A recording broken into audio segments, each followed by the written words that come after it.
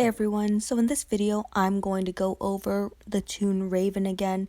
It's just because I know a lot of people ended up pulling her off of the Hell Wheel, so I think it might be important to do a little bit of a review because I know that people now have like 3, 4, 5, 6 Ravens, and some people like myself have just gotten there first. Now, Raven in my opinion is a very underrated tune, and she's been on the top of my I want list for a long time. And don't forget to like and subscribe to my channel for more content and information. So Raven, in my opinion, is a very solid tune. She has 76 AP. When she rushes, she's able to control a line of enemies because of her impair, as well as AP down. She's also able to heal 2 teammates, which I think is pretty valuable, and has the specialist skill Indomitable, which means every time she's taking damage, she gains 30% more defense until the start of her next turn. So this doesn't apply if she's stunned, so she obviously needs a pretty high stun resist. So Raven's Rush isn't very unique in my opinion, but what is unique is her active skill, and this right here is kind of the bread and butter of Raven. So it's a turn 1 active skill, and it applies elusive as well as an AP gain, but we're focused on the elusive ability. She's able to give all other teammates elusive for 2 turns. Now, what elusive does is that it prevents the enemy from being able to gain any AP from either you attacking them or them attacking your tunes, excluding Raven because Raven does not apply elusive to herself. This means you can run a variety of different tunes that usually give away AP to the enemy. This includes weapons like splash weapons, so we think of Rampage, we think of the normal red splash weapons, or the special green splash weapon, and even rushes where when the tune takes damage, they're supposed to gain some AP. Instead, this nullifies all of that. This is a very effective ability in war, in raids, in onslaught. It's a type of ability that can be used under a number of different circumstances and could be useful on both offensive teams as well as defensive teams. Raven also comes with a special bound weapon, which is unique to her. So when being attacked, a 50% chance for the enemy to lose 40 AP. Now with Raven, there's a couple ways you could go about her weapon. You could end up going for a straight defensive set, so more defense, 30% HP, and leaving her special. You could add a huge bonus to AP when attacking, but because she uses her active skill on the first turn, she won't gain any AP on that turn. Also, if you run her on defense behind a human shield, she's not likely to be attacked very often because the human shield will take the damage first. I personally will not be adding any AP on her weapon. I'm probably going to upgrade her to 40% HP and leave the defense because her defense will go up every time she takes damage from Indomitable anyway. So a shout out to Papa Garzio for sending me in this film because my Raven is currently not ready yet. So in this attack team, you saw that Raven used her active skill to start, and as Priya's and Princess's attack, there is no AP that's being gained on the defensive end. The Raven on this attack team was pretty weak, but she did her job in preventing any AP gain from occurring, even off of rushes as you see, off of Rampage, off of double attacks. It's just a super effective way of being able to run a glass cannon team without having as many consequences. This is somewhat of a similar team that I want to run on attack, but I think I would probably use Priya lead, I would have Mercer as support as well as Princess, throw in a command and then Raven, and I would try to win by just using basic attacks. Now of course, Raven is very limited against tunes like Angel, because Angel can daze on the first turn, but when we're against standard teams like Pete leads, we can use Raven pretty confidently, because there's no way that she's going to start out dazed of course, and usually with a Pete lead, tunes behind him are usually more defensive minded, so Raven can usually stand up against them even though she's only a 6-star tune. Seeing Raven in these battles honestly makes me really excited to level mine up. I think there's a lot of potential in using Raven, not just in war for instance, but also in things like Onslaught, because we don't want to rush in Onslaught in order to gain the most amount of points, but the opponent is obviously trying to force us to rush, and they can usually do that by having fast rushes themselves. Of course, on the flip side of that, fast rushing teams are very susceptible to payback tunes, so one of the best options in Onslaught is actually running a passive team that just uses payback tunes so that the damage is reflected back onto the enemy. I still am very much looking forward to using Raven. I think she's going to pair with Dylan really well, and although I'm quite a ways off from Dylan, I do have 2 5-star Dylans as well as I think about 650 cards.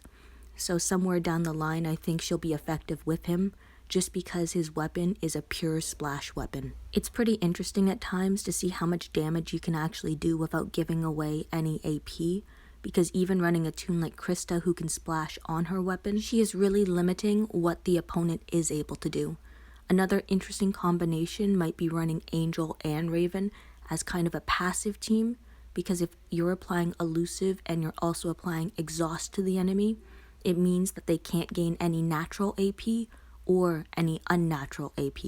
Now, of course, when camouflage comes out more in the S-Class era, things will change a bit because these splash weapons won't be giving away AP because they won't be doing damage. So that's the flip side of camo. But anyway, going back to Raven, these are just a couple mock teams that I've come up with and how I would want to kind of run a team like this. So I would instigate Raven right into the center. I find my Priya does enough damage, and then having Mercer there because he can do damage and he's a control toon. When he rushes, he can stun up to 3 enemies for 2 turns. With all these toons having elusive, especially Dr. Stevens, it just means even though Dr. Stevens is getting attacked, he won't be giving away that AP. He would definitely help because he would draw the fire away from Raven a bit. My Priya does a lot of damage with her Rampage weapon, and having Mercer, as I mentioned, is very effective. Glenn I have in because he can hold my team player 15% attack plus 35 crit chance, and that'll affect both my Mercer as well as my Priya. Now, I'm not a huge fan of only having 2 damage dealers on my team, but I'm hoping it might be enough just because of the way that Dr. Stevens and Raven function. Another team idea that I have is a more melee team, and it's a free-to-play team because Raven and Dr. Stevens were both in the Hell Wheel, so both were easily picked up. Arav would take some work, but he's one of the earlier S-Class toons, so lots of people have been able to grind him out. Maggie is a free 6-star command toon that I think you can get from Ascending, or she's on a couple wheels, I believe, but she can be replaced with really any yellow command toon. Ivanova as a lead, she's in the season store. She has a great lead skill with plus 40% attack and a huge bonus to AP when attacking for all melee toons. I have Raven in here, of course, for her elusive ability. Ivanova has an active turn 2 focus ability that also gives plus 25% attack up. Dr. Stevens is here because of his AP gains, and Arav is my main damage dealer here. Now, this team will struggle against teams that have payback toons just because we have no way to normalize them. It might be okay against bide toons if we can get enough damage output from Arav. Now, Ivanova's active skill will definitely help, especially the focus ability, because we could try and be clever and add an attack up when taunted mod onto Arav, because if you're focused, you are still taunted, but you're able to ignore the taunt ability. Same with Confuse, and you can actually attack around human shields.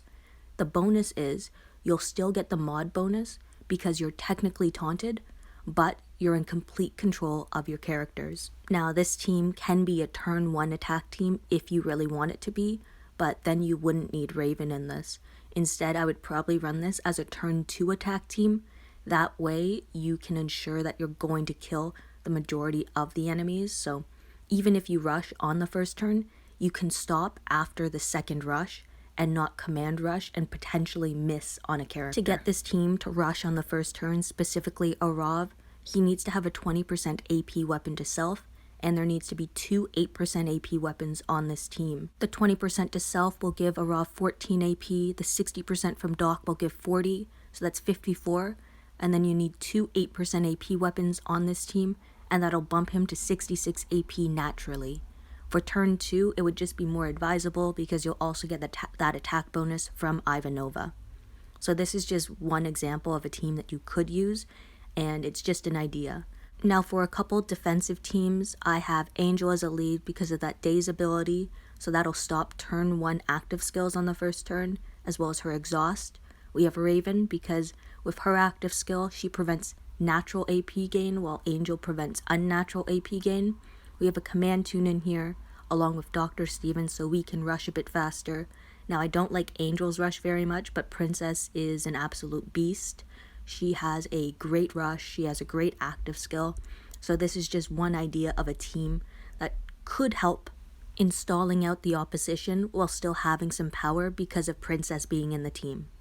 Now, the other defensive team that I've kind of thrown together, and this is something that I'll need to test when Raven is actually ready. And when Frost is ready, of course, so by using a Mercer lead, we stun the enemy to start. All tough and strong teammates get a huge bonus to AP when taking damage.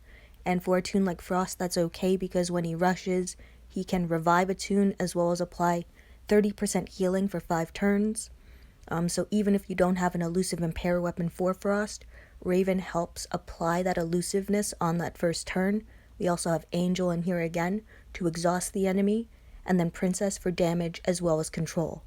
Now there isn't a command tune, and that's intentional, because this way we won't end up triggering payback tunes that are used on attack, because Princess should be able to normalize at least 3 tunes on that second turn. Anyway, thank you everyone for watching and listening to my video. I hope you guys got some decent ideas on how I would like to use Raven in the future.